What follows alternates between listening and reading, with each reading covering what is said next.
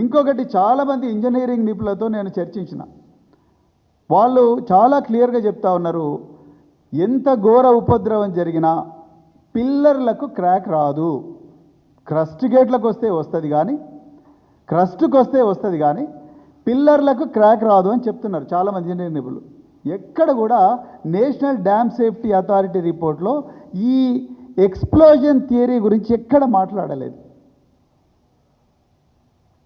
పిల్లర్కు crack రాదు, అది కూడా కింద నుంచి పైదాకా క్రాక్ రాదు రాదు రాదు. ఒక పిల్లర్కి మీరు చూడండి, ఇంట్లో ఒక బీము తర్వాత కాలం, వీటికి ఎక్కడ కూడా క్రాక్స్ రావు. వస్తే గోడలకు అప్పుడప్పుడు టెంపరేచర్ ప్రెషర్ డిఫరెన్సెస్తో వస్తాయి, కానీ పిల్లర్లకు లేకపోతే అంటే కాలమ్స్కు బీమ్స్కు ఎప్పుడు కూడా క్రాక్స్ రావు.